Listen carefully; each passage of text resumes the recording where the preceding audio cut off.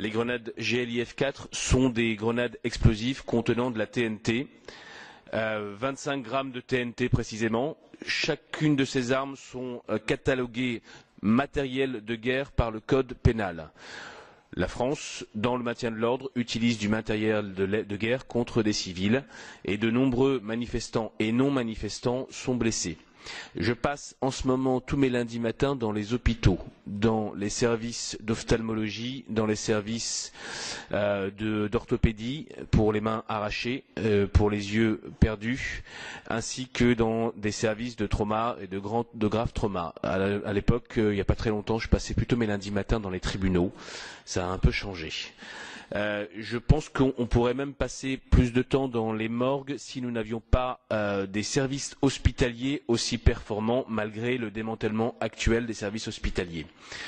Concrètement, mes clients souffrent d'éborgnements, de mains arrachées. Samedi dernier, encore une fois, Sébastien, l'un de mes clients, a perdu sa main à la cause d'une grenade GLIF 4.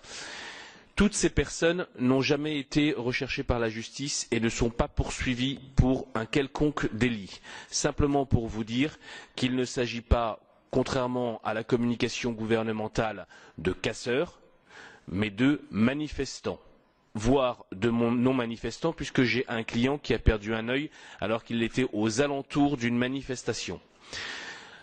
Ce que l'on voit, c'est une stratégie du maintien de l'ordre qui est complètement hiératique en France.